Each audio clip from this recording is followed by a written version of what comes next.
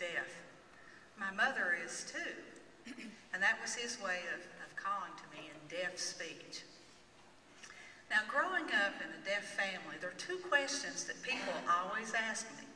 And the first one was, how did you learn to talk? Well, now, I'm sure there are some people who would rather know how to make me shut up. Some of you are laughing. You must already know that about me. But the second most asked question of me is, what was it like growing up in a deaf family? Well, what was it like growing up in a hearing family? I mean, my parents could do anything except hear. Now, in every family, there's a designated terp. That's what we call interpreters, terps. And in my family, I was the designated interpreter. And Daddy, like a lot of deaf people, was very direct. But he was also inquisitive. And he would always ask questions of people, and if he didn't understand, he'd say, hey, Lepe, Mir, ask them whatever it was. For example, if Kevin were here, he would say, ask him, what happened? And I would be mortified. I'd be like, Daddy, you don't do that. But Daddy always wanted to know. He was very curious about people, and he was very concerned and wanted to know all about them. He loved people. But I also learned through that to be diplomatic, tactful, as I could in asking these questions as a little girl. I also learned to use humor and laughter. My daddy loved to make people laugh. One time he grew a beard, and on one side he decided he'd shave it, just one side, and leave it that way. And he would walk through town with one side shaven and the other a full beard. And people would pass him on the street and do a double take. And the Irwin Record, our local newspaper, came and took a picture of him. And they did it this way.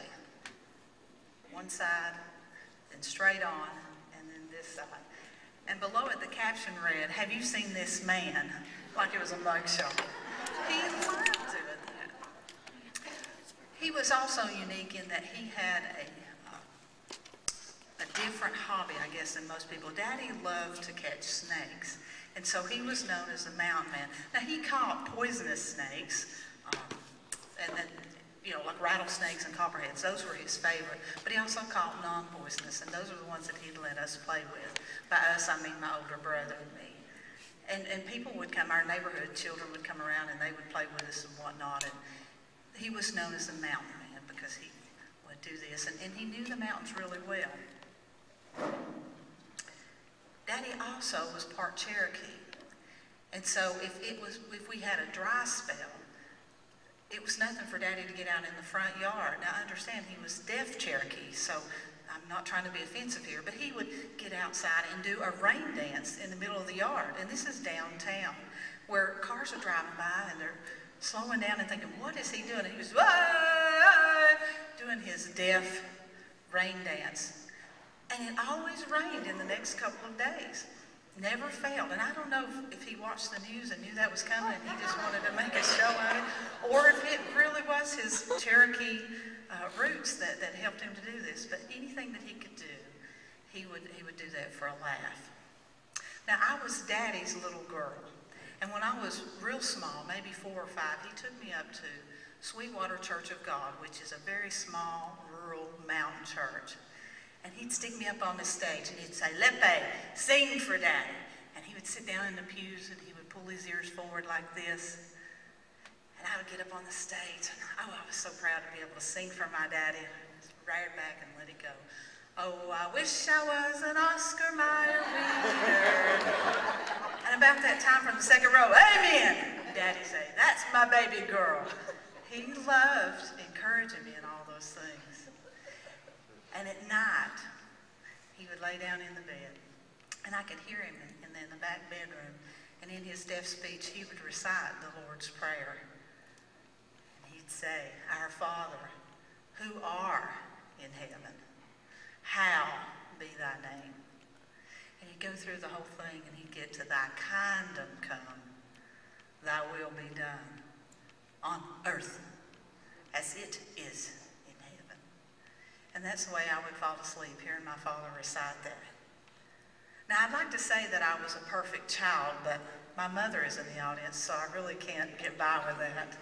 And so sometimes I would have to be corrected. And Daddy had a way with the scripture and using that in his correction. And anytime I'd misbehave, he'd say, "Let be, Bible say, obey mother, father, or go to reform school." It was years before I realized that that's not what the scripture said. I was definitely Daddy's little girl, but I've always tried to pattern my life after my mother. You see, my mother is unique too. I'm told I can't say very unique, but I think in her case she is very unique. See, my mother was a political lobbyist, and still is to this day. She's an advocate.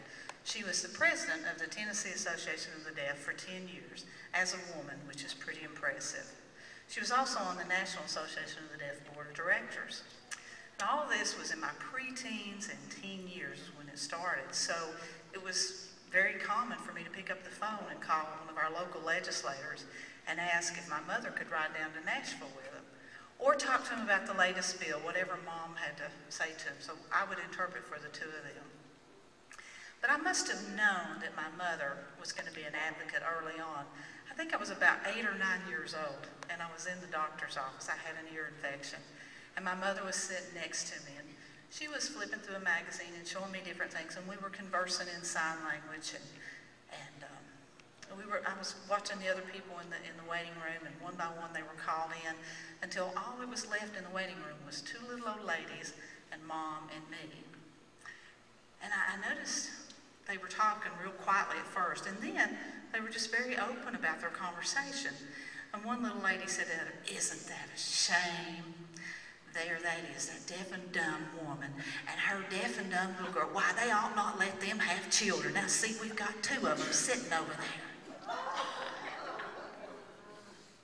And I looked at Mom, and I looked at those 2 people, and I thought, I really had an ethical dilemma here. Even at this young age, I thought, if I tell Mama, she's going to jump up and march straight over there and give them a what for.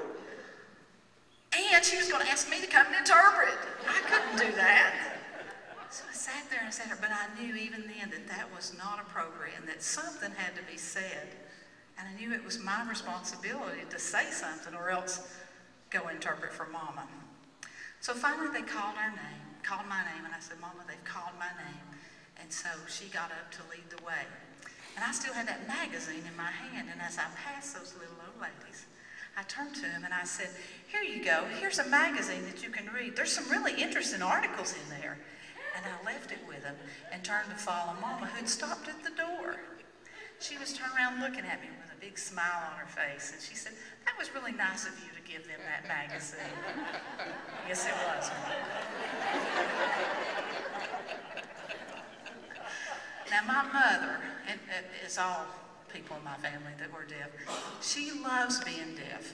She does not consider it a disability. It's a culture. And I think this was driven home for me one day when I was trying to talk to her. You see, I told you about the gift of gab I have. It actually came from her. She loves to talk too, and some of you are nodding your heads like, yes, you know Mama real well. She loves to talk too, and one day I was trying to say something to her really important. She was going on about something that she was very passionate about. And I couldn't interrupt her. And so finally I said, "Mama." And she stopped and said, "What?" And I said, when we get to heaven, I'm going to ask God to put me on one side and you on the other. And she said, "Well, why?" And I said, "Well, I'm told that when deaf people get to heaven that they can hear, and that means you can talk, and I'll never get in a word edgewise then." I thought, well, I've driven this home. She understands now. She didn't miss a beat. She turned right around and she said, "You mean I can hear in heaven? I am just not going." And that's true, I think, for her, so we'll have to work that out, Mama.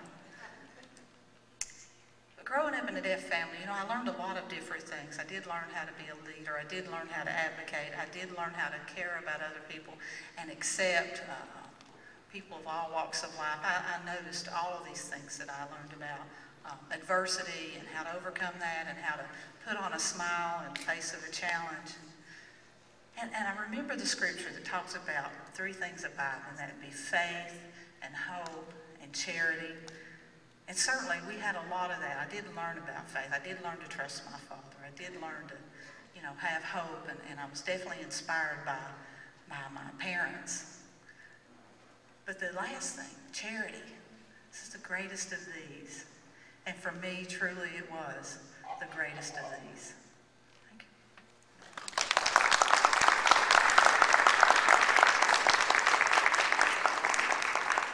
And my mother is here today.